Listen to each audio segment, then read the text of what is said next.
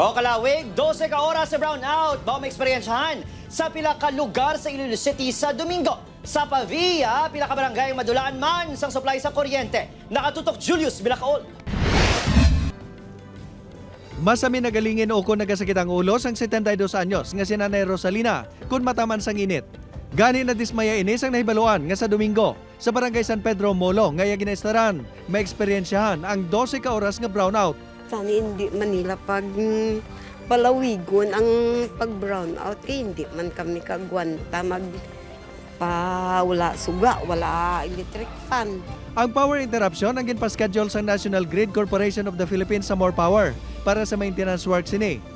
Magluwas sa San Pedro nga kabahin sa Molo Feeder 1. May pila pagid ka lugar nga magaluntad man ang 2 ka oras nga brownout. Ang daw ginatawag ata na siya nga line 2 ni Moore.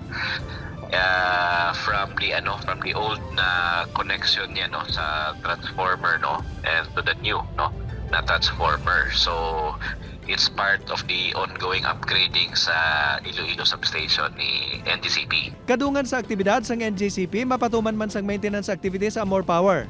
Gani maeksperiensyahan man ang 12 ka oras nga power interruption sa pila ka porsyon sang Lapas Feeders 1 kag 2. Bangod sini, plano sang bantay sang balaligan sang dressed chicken nga Sabado pa lang. Panubuan pagid ang ila temperatura.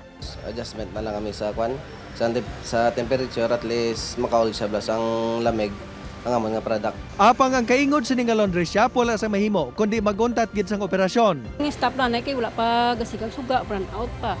Sakop man sang aktibidad sang NGCP ang Banwa sang Pavia. Bangod sini, may eksperyensyahan man sa pila ka barangay ang 12 ka oras nga brownout. Upod kay Cirilo Rendoque, Julius Bilacaol.